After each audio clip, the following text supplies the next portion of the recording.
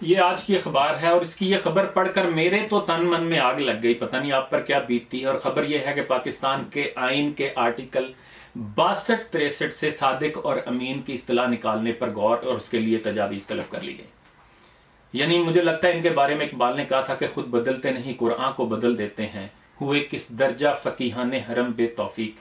इन गुलामों का यह मसलक है कि नाकिस है किताब कि सिखाती नहीं मोमन को गुलामी के तरीक।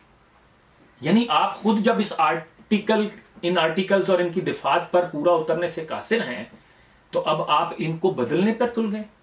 और आपको यह शर्म भी नहीं आई कि आप ये काम उस वक्त कर रहे हैं कि जब आपके वजीर आजम पर जो है वो उंगलियां उठ रही हैं और उनके खिलाफ करप्शन के इल्जामात के तहत जो है वो केस सुप्रीम कोर्ट में जेर समात है।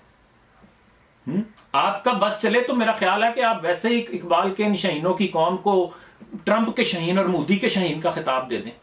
और मेरा तो मशवरा है कि आप आइन के आर्टिकल में ही ये दिफात डाल दें कि जो लोग इक्तदार के ख्वाब देख रहे हैं उनके लिए जरूरी है कि उनके खानदानों के अफराद के नाम ऑफशोर कंपनियों में होने चाहिए और उनके खानदानों के पास जो है वो लोहे और शुगर की लातदाद मिलने होनी चाहिए और उसके बावजूद भी वो चंद हजार रुपए टैक्स देते हों।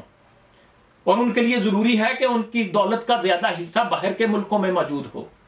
और उनके लिए यह भी जरूरी है कि उनके पास ये तजर्बा हो कि उन्होंने लाखों करोड़ों रुपए के कर्जे माफ करवाए हों।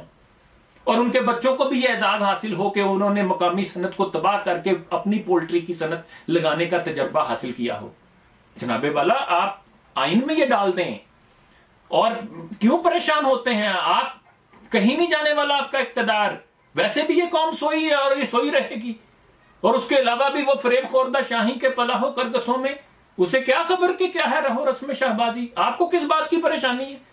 आपको क्या टेंशन लगी हुई है भाई?